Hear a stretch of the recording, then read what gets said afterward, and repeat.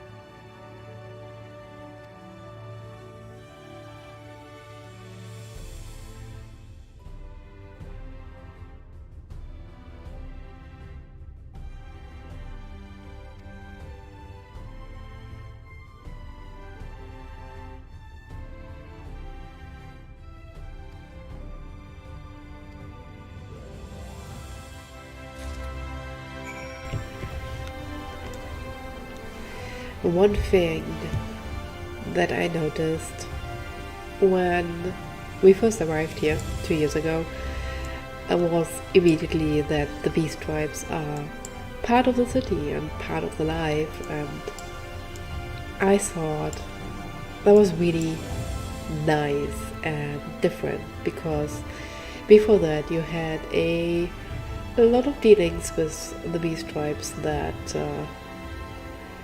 were very anonymous, and here they all live together, and I thought that was actually pretty nice.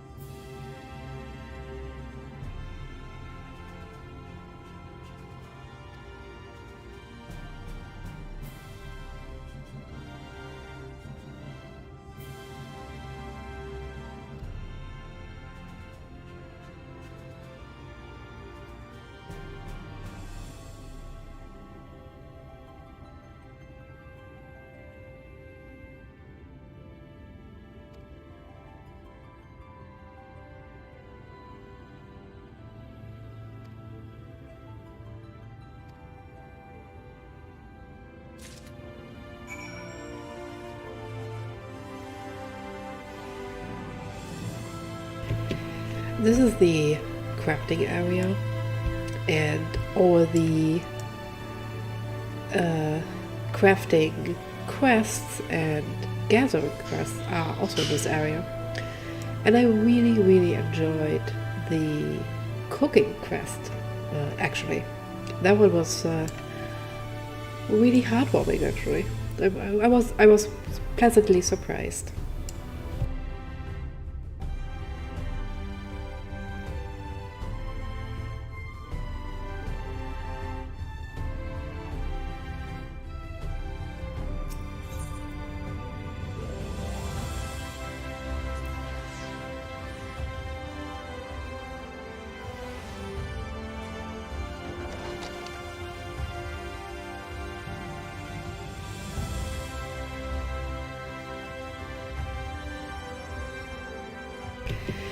This area is probably my favorite area in the Crystarium.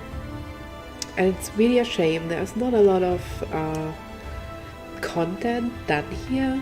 The majority of time when you actually get to this area will be the gatherer and crafting quests. But I think it's so pretty and so well done. I really like it down here.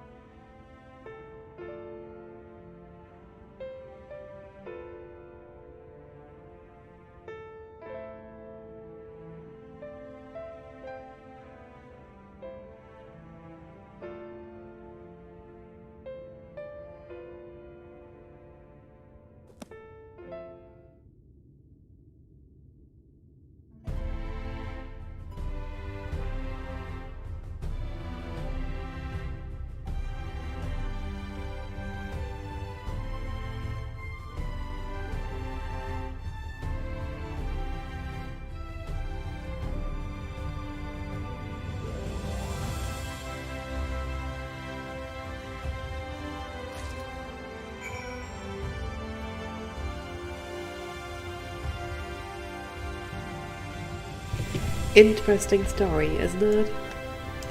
So, we already know that this Oracle of Light was Wikipedia. So, for months, she has been useful.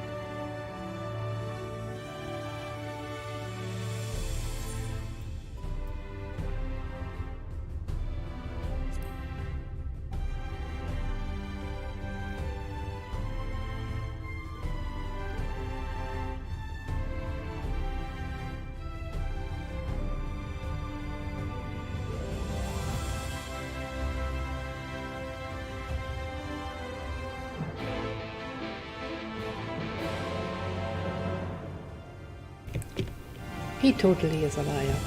Liar.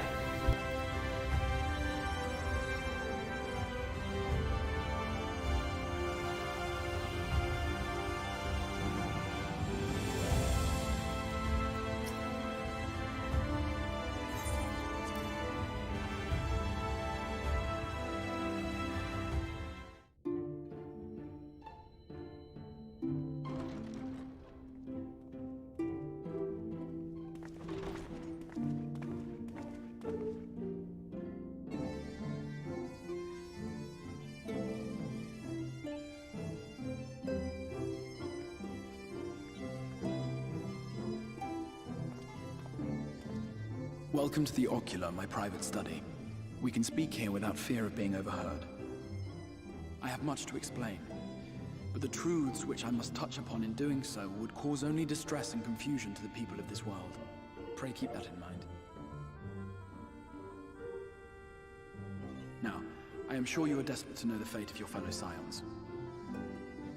To put it simply, they are here in the First. Their arrival, however, was not as recent as you may imagine. Here, time flows at a different pace from that of the Source. In the space of a single hour in your home world, an entire year might pass in the First, and the reverse could also be true. The pace fluctuates without rhyme or reason, and it cannot be predicted. That said, we seem to be entering a period of near equivalence. And thus, for the moment, you need not overly concern yourself with the passage of time. As for your companions, however, Y'shtola and Urianger have dwelled here for 3 winters, all told, while Thancred's count stands at 5. Even our more recent arrivals, Alphino and Alize, have lived in the First for almost a year.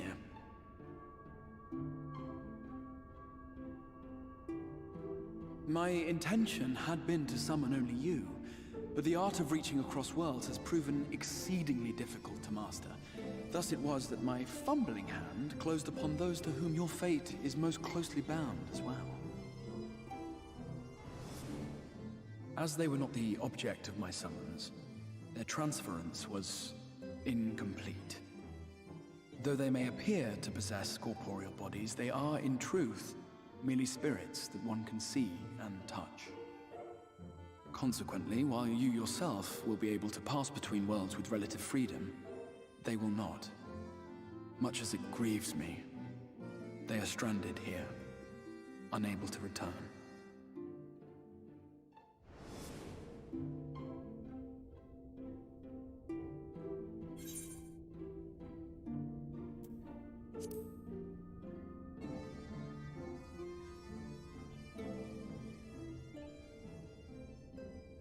We spent every waking hour searching for a way to reverse the summoning. In the beginning, at least. As you may have surmised, however, our efforts met with little success. And then we all but abandoned the endeavor once Urianger shared with us the vision he had witnessed during his journey through the rift.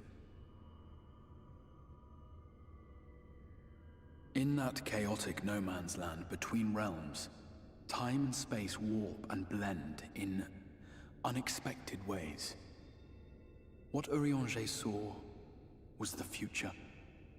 That which would one day come to pass. In his vision of tomorrow, the First was rejoined with the Source. This collision of worlds brought about the 8th umbral calamity and the deaths of countless multitudes. Amongst those who perished, Urianger clearly saw the fall of the Scion's mightiest champion. He watched you die.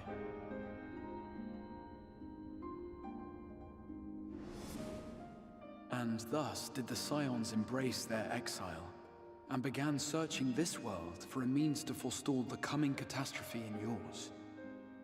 Their souls are stranded in the First, yes, but they have fought on, desperate to save their home and you from destruction. Nor have their efforts been in vain, for it was they who finally established that the elimination of the Sin Eaters will indeed serve to prevent the calamity. Considering these circumstances of our meeting, you would be forgiven for doubting my version of events.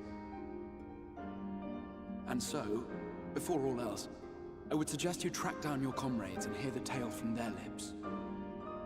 I shall of course be happy to assist in these reunions, and you need not make any decisions regarding your involvement until you are certain of where you stand.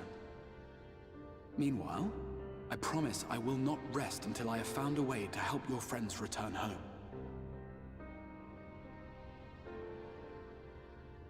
What say you? Have I earned your trust for the moment, at least?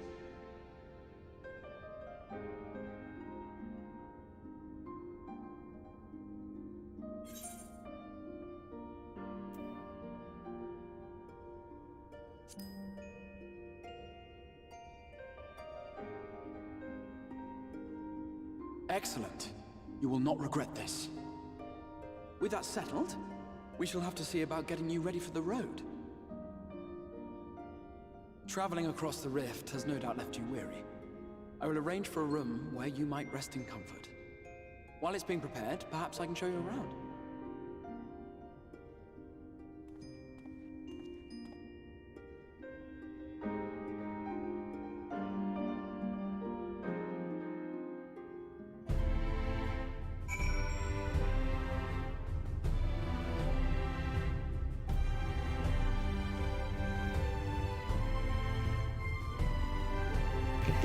Did anyone notice that Tancred has a tendency to pop up naked whenever he comes out of the live stream or the Ether or into even another different world?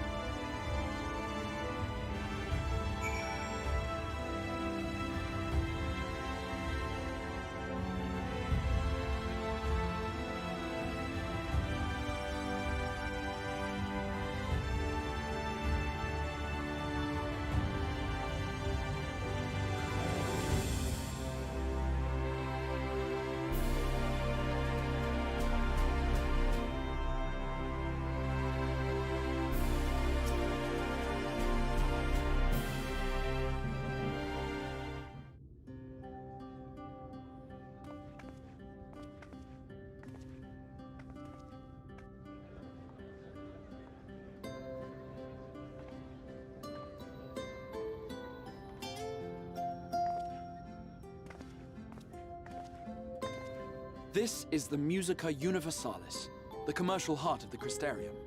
Aught you might need to prepare for your journeys can be purchased here.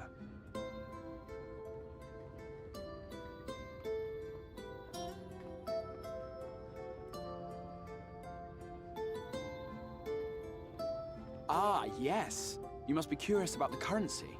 Fear not. The gil you carry will serve you well enough.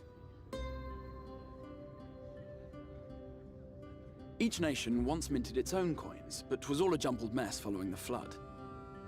After much debate, the local merchants eventually elected to revert to the old ways, wherein a coin's value was decided by the worth of its metal. As for a unit of measurement, we agreed upon the term gil, a word borrowed from coins uncovered within the Crystal Tower here. And as our traders peddled their wares across the land, so too did our usage of gil become common practice. From what your stola tells me, a standard coin from the source equates to exactly 1 gil here, or near enough not to matter. Our way of life has benefited greatly from the artifacts we recovered from the tower, some of which may be familiar to you.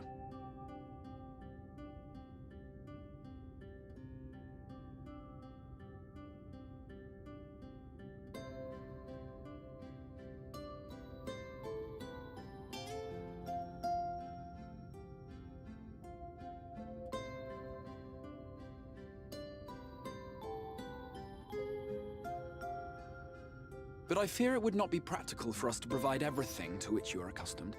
You shall need a means to access the commodities of your homeworld.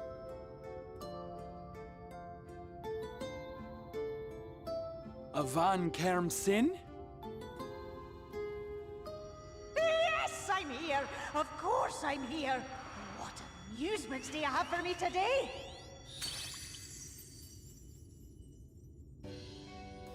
My dear Feo Ul, paragon of pixie kind. For you, I have the most vital task. This fine lady is a friend from a distant realm. And we have need of a means to ferry things back and forth from her home. Might you be able to assist us in this matter?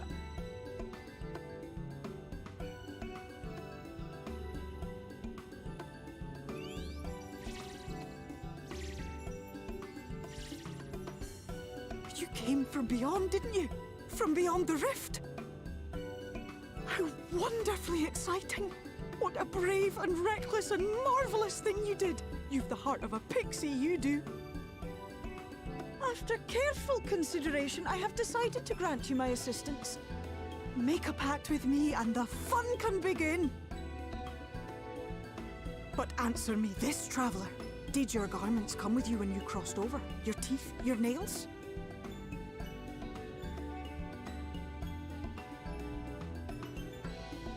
Just as I thought! Then you've a good stout connection with your home through which all your belongings, great and small, may easily pass. From this moment forth I will be your Isne Fis, and you my Sne Yak. Like the branch which sprouts from the sapling, our bond will flow unbroken from one to the other. Raise your hand.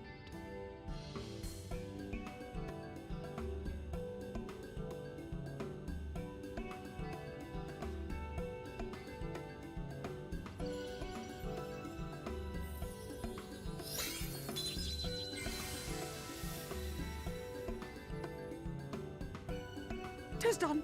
We are bound now, dearest sapling. Come then. Make your request. Tell me your desire. I wish to visit this world of yours. Mayhap her message to your friends in the Source to inform them of your safe arrival.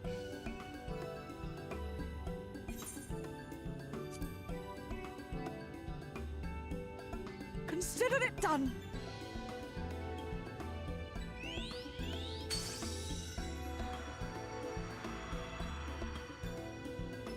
As you heard, that was Feo Ul of the Pixies.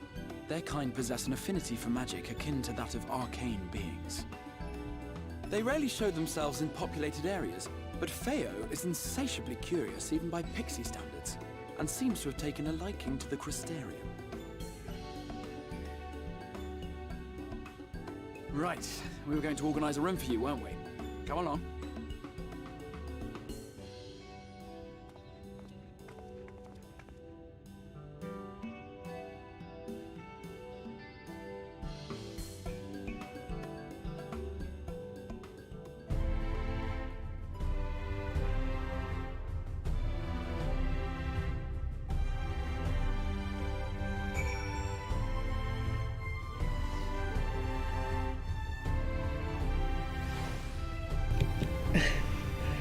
The scene with the tombstones never ceases to amuse me. I also like that they found an in-game reason why we still have Gil and how our retainers work and stuff like this. I really like that. I also like Feol's English voice. Her German voice and also the Japanese are very high-pitched, while the English one is very unique. I believe it's a Scottish accent, maybe? Nonetheless, I prefer the English Feol.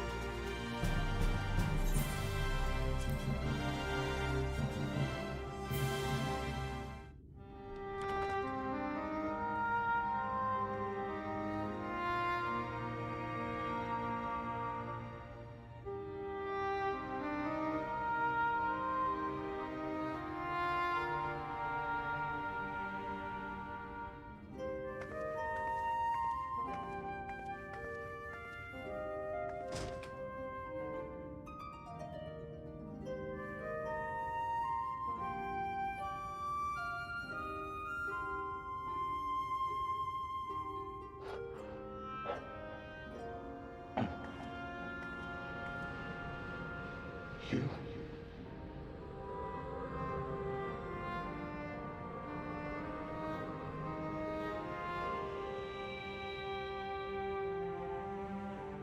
I know you. You're the warrior of light from the source.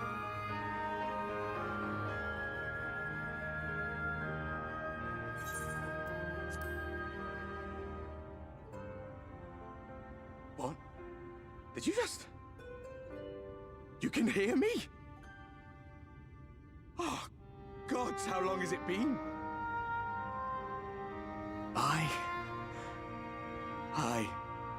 That was what I called myself in your world.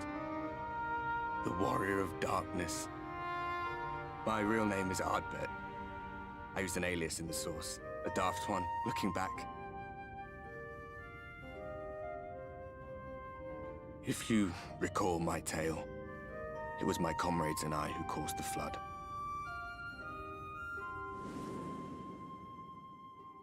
We thought our home doomed.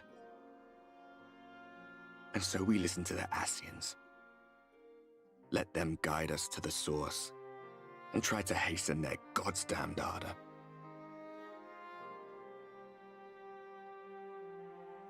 I remember when we fell, defeated by you and yours. I remember our audience with Minfilia, how she listened to our pleas and returned our souls to the First.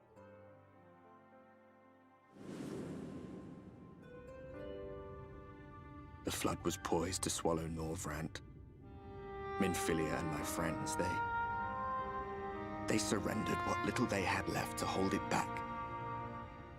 Just faded away, leaving me to bear witness.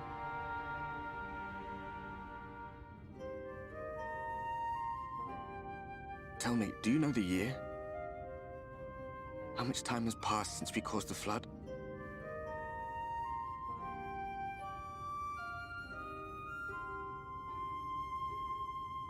100 years. 100 long years.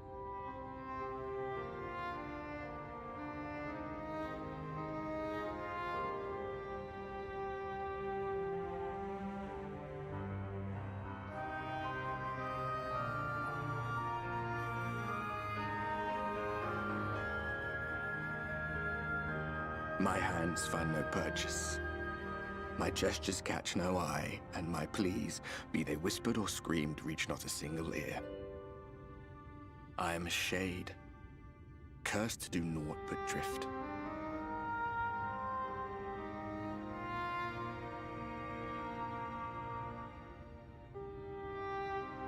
I feel as if I've been walking forever. I hardly noticed when my mind and body began to fray at the edges. Then bang! My senses were sharp again.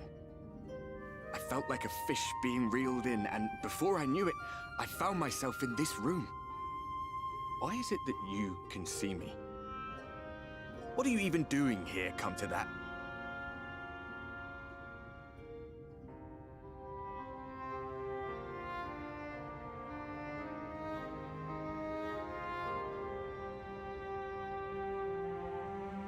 You were summoned to save the first. A waste of time. This world is beyond saving, like those who try to save it. Muddled as my mind may be, I've not forgotten that. But if fate has brought me to you, the one person in this god's-forsaken world who can see and hear me, then perhaps there is a reason I endured. If I can find out why I was left behind, then maybe I can bring this journey of mine to an end.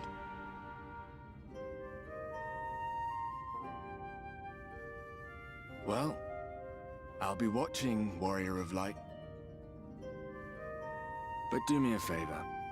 Be careful out there. This world has had its fill of heroes.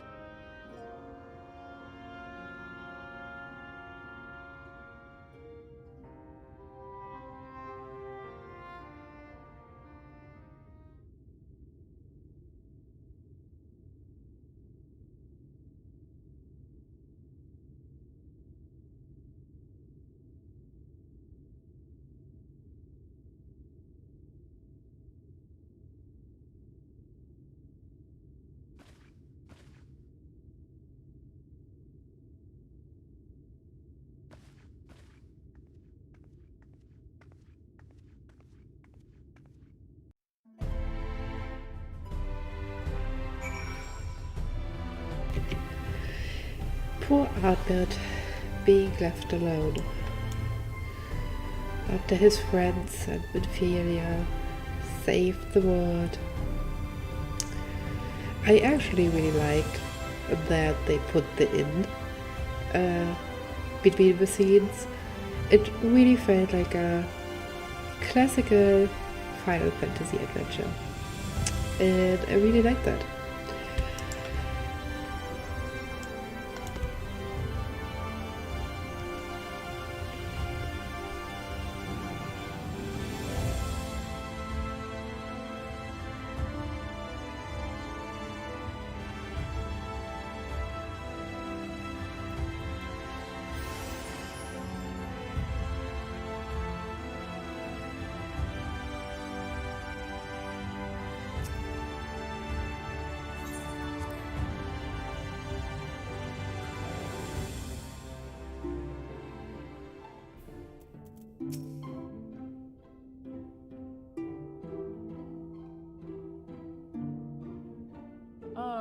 How did you find your new quarters? I trust you were able to rest?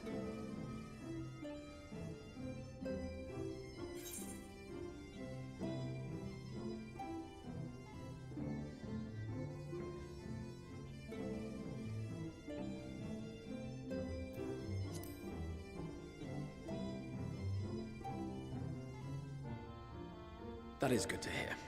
Should you want for anything, pray let me know.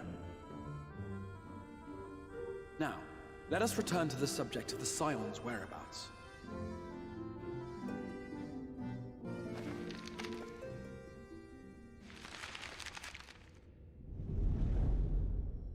This map shows the lands of Norvrand, the only area to be spared the flood of light.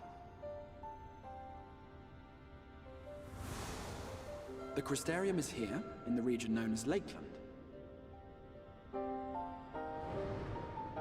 To the north is the fairy kingdom of Il-Meg. That is where you'll find Urianger. To the east lies the once prosperous civilization of Rak-Tika. Your Stola is stationed there, in the heart of the forest. Alas, neither location can be reached without considerable difficulty. As such, I would suggest you first seek out one of the twins, each of whom is stationed but a short flight from the Crystarium.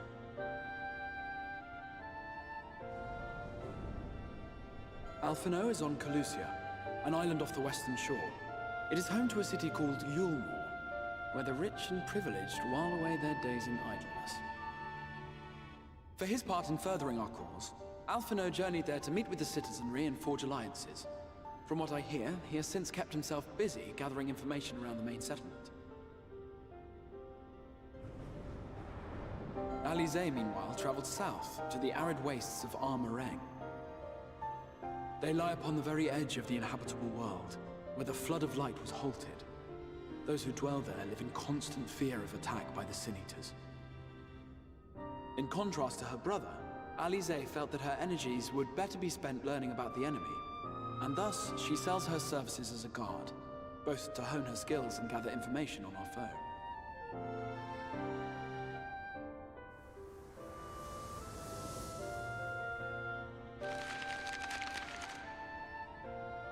So, will it be Calicia or Armareng?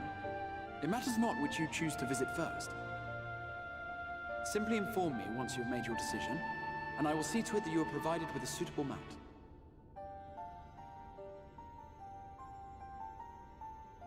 Ah, but you must be wondering about Thancred. He has taken up with a new companion, and is presently engaged as a wandering hunter of Sin Eaters. Being ever on the move, his whereabouts are often difficult to ascertain, but I am certain your paths will cross ere long.